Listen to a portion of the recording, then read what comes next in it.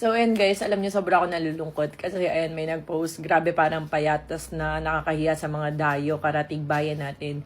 Baka bansagan ng Kalawan na payatas to. Pakipalinis naman daw, Pamos Food Up. Dapat maging malinis po tayo kasi pagkain ng tinda. Paano gagana ang mga tao kung yan po makikita sa paligid? Dapat may plastic bag every store. Ayusin ang file ng lugar. Sa isang lugar, hindi pa kalat-kalat. So, ito po yung basura. Ayan, and as you can see guys, hindi siya basura ng pagkain. Ayan, kitang-kita nyo naman guys na luma na yung basura.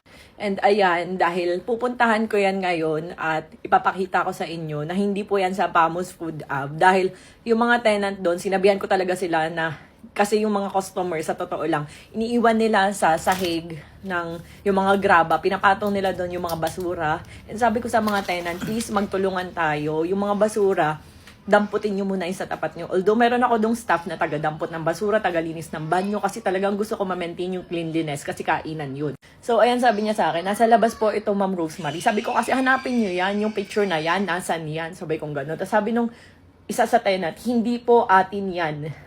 Sa entrance po yan. Dati na po yung basura dyan. Kaya sabi ko talaga, imposible. Kasi talagang chinecheck ko maigi. Ayan sinabi niya, yan po yan madam. Ayan. Kung makikita nyo, hindi yan pader ng Pamos Food Up. Pati ba yung basura ng kapitbahay, kailangan ba kami ang maglinis? So ito yung tinutukoy niya na sobrang lala. Hindi po yan sa amin. Sure akong hindi yan sa amin. So ngayon, pupunta ako kahit sobrang pagod ako. Nag-ayos ako ng dito sa branch 2. Ayan, kakakita nyo lang. Sinet up namin lahat yan ng staff ko.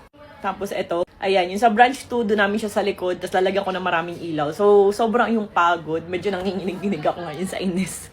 Kasi parang, alam nyo yun. Alam nyo yun na sobrang effort ng mga sellers natin dyan. Tapos sisiraan nyo lang.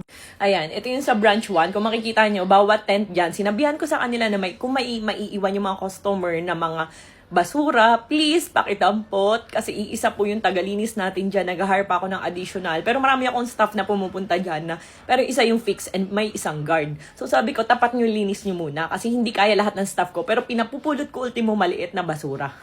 And ayan, sobrang taba ng puso ko. Like, nag-chat yung Bros Pizza, sold out. Thank you po sa lahat ng bumili. Sabi nung nung 3FS Food Hub, sold out. Congrats me, dagsa pa rin daw ang tao. Tapos ito rin, kita nyo kahit damit, sold out, pa-sold out na. Ito, kakaunti na lang daw, 150 bucks daw yan. Imagine nyo yung natira, 5, 10, 15, parang nasa 15 pieces. And ngayon, sold out na din. Ito din, sabi nila, konti na lang, maso-sold out na po. Thanks, Lord. Ayan, sobrang daming pumupunta sa Pamos Food Hub. Sobrang, alam niyo yung feeling na halos lahat ng tent pinopromote ko talaga. Iniisa-isa ko talaga silang binibilhan. Yes, hindi ako nagpapalibre sa kanila. Katulad to sabi, sis, thank you ha, nag-vlog ka daw, na sold out kami. Yung bibigay ko sa'yo na pabenta na din. So sabi ko, ha, thank you po. Wag nyo na po akong bigyan. Bibili ako para di kayo malugi. Hihihi, sabi kong ganun. So ngayon guys, 9:51 PM, kahit sobrang pagod, medyo nanginginig ako. Hindi ko maalam yung nararamdaman ko ngayon. Pupunta ako ngayon sa Pamos Food Hub. Ipapakita ko na yung basurang yan ay hindi yan sa amin. Nagpapagawa ako. Meron akong provided doon na 6 na malalaking trash can. Pero hindi siya sapat. Kaya lahat ng tenant doon, sabi ko provide muna sila ng basurahan, nabubulok, hindi nabubulok, waste na basa. Ganyan. Sinabihan ko talaga silang ganun. And meron sila bawat tent. And yung nasa gilid, meron kaming nilagay doon ng mga sobrang kasi nga puno na yung mga trash can. Meron, alam ko, na nasa gilid pero maayos at naka-plastic yun. So ngayon papakita ko yan sa inyo. Pupuntahan ko talaga yan. Hindi hindi ko ito mapapakita sa inyo. Kasi grabe paninishira. Kaka-open lang. Ano bang gusto nyo? Hilahin lagi pababa. Hindi nyo alam na yung ginaganyan nyo. Ang daming natutulungan na small vendor. Sabi nga sa akin ng isa, salamat daw kasi may ganyan na ngayon. Nalilibre promotion ko daw sila. Nalilibre promotion ko daw sila. Tapos, salamat daw kasi finally meron na silang safe place na hindi sila paaalisin basta-basta, na may permanent sila na pwedeng pagtindahan ng mga goods. Ito, puntahan natin.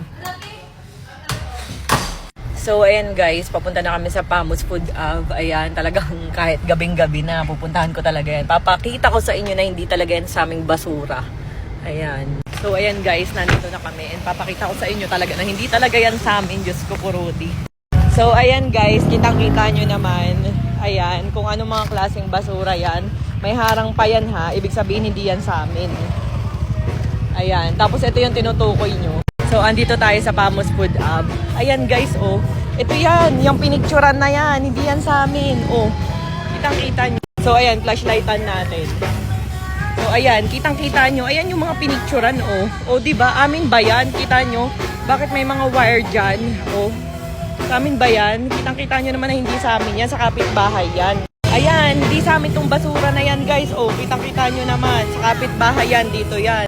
So, itong mga basura na to, ito yung amin, guys. Ngayong araw lang yan. Yan yung basura namin. Nakalagay naman siya sa garbage bag. So, ito nga, ipapagrab ako pa to para hindi ganyan. Ganyan ako, gusto ko sa sobrang malinis sila. So, ito guys, tingnan nyo ha. Meron siyang mga basurahan na ganyan. Ayan. Tapos dito, malinis. So, ayan, kita nyo guys, may basurahan tayo na provided dito. Ayan. Ayan siya. Ayan, di pa nga puno. Ayan, may provided ako dito. Tapos ito guys, yung ibang customer, iniiwanan talaga nila dito. Pero magdidikit tayo ng Claygo. And sabi ko, yun sa mga tapat-tapat muna, kanya-kanya muna sila ng linis. So ayan, kusa-kusa talaga sila nag-iiwan. Magdidikit tayo ng Claygo para maglinis sila ng kusa or bitbitin itapon sa trash bag. So meron tayong mga basurahan provided dito. Ayan. So ayan, nakita nyo. Ayan, sold out na sila. Ayan, meron silang basurahan dyan. Ayan, kita nyo naman, ang linis-linis naman ng area natin. So, ayan, ito pa, tingnan nyo. Ayan, dito sa katabi nito. Ayan, nakita nyo naman. Ayan, nakabasura tayo ng ganyan. Diba? Nakaayos yan. Ayan, tas may basurahan din tayo dito. Sobrang dami kong inano na basurahan na ganyan. And makikita nyo, ang linis-linis ng area. Basura, pang construction yan dahil di pa tapos gawin yung banyo. And dito guys, kitang-kita nyo naman, meron tayo another basurahan. Ayan, wala pa nga masyadong laman, oh. Oh, diba? Oh, buksan na natin isa-isa yan. Oh. Oh, ito yung tapat ng Pamos Food Hub. Ayan. Ito yung tapat natin. Oh, ayan yung tapat ng Pamos Food Hub natin. Kita nyo naman. So, ayan, diba? Ayan, kita nyo naman guys. Ayan, ito yung basura namin to. Ayan, kitang-kita nyo naman, may mga pizza, mga ganyan. Pero ngayong araw lang yan, sa sobrang lakas. Kasi nagbabayad tayo sa City Hall and meron doon na garbage collection. And nagpapagawa din ako ng malaking cage na paglalagyan nga ng basura natin. So ayan, iba tinaktak ng customer, ganyan. Pero yun sa mga tenants, pinapabalot ko talaga maigi sa mga sako, ganyan, kitang-kita nyo naman.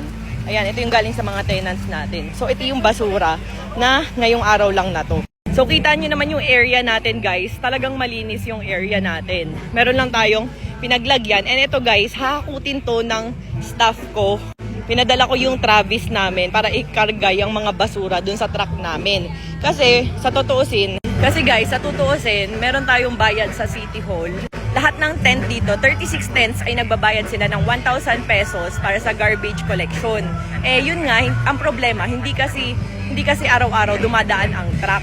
So ayun, definitely guys, 36,000 ang binabayad ng mga nagre-rent dito sa Pamos Food Hub sa City Hall para sa garbage collection. So pero yung garbage collection, iniintindi ko dahil hindi nga daw everyday, parang every other day or twice a week yata ang collection. Bukod pa sa binabayad nila na rent na garbage collection fee na tigwa 1,000 per tent dito, per tenant, nagbabayad din po ako.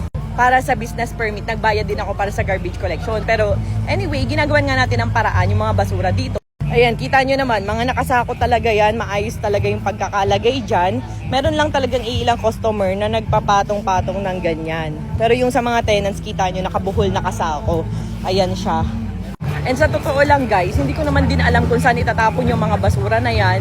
Kasi sa ko ilalagay. Hindi ko rin alam kung saan namin itatapon yung mga basura na yan guys. Kasi syempre, di ba, kada lugar, for example dun sa Tagaytay, merong garbage collector. So ngayon, hindi ko alam saan ko ilalagay yung mga basura. Lalo na at ang sinasabi, parang once a week yata or twice a week lang magpipick up.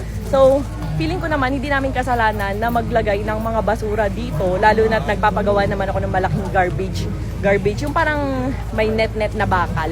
So, pero ngayon, pinapaganyan ko siya. So, ewan ko kung ano yung dapat din na gawing way. Kasi sobrang dami ko nang nilagay ng mga basurahan, ganun. Kasi kung hindi pipick upin din araw-araw at nagbabayad naman kami sa garbage collector, magiging marami talaga yan. Although nakabalot naman ng maayos yan. Yung mga hindi nakabalot na maayos, ipapasako ko ngayon sa staff ko. Pero yung kalat kanina, hindi sa amin yun. So, ito yung nag-post. Ayan, hindi sa aming kalat yan, sa kapitbahay yan. Tingnan nyo naman.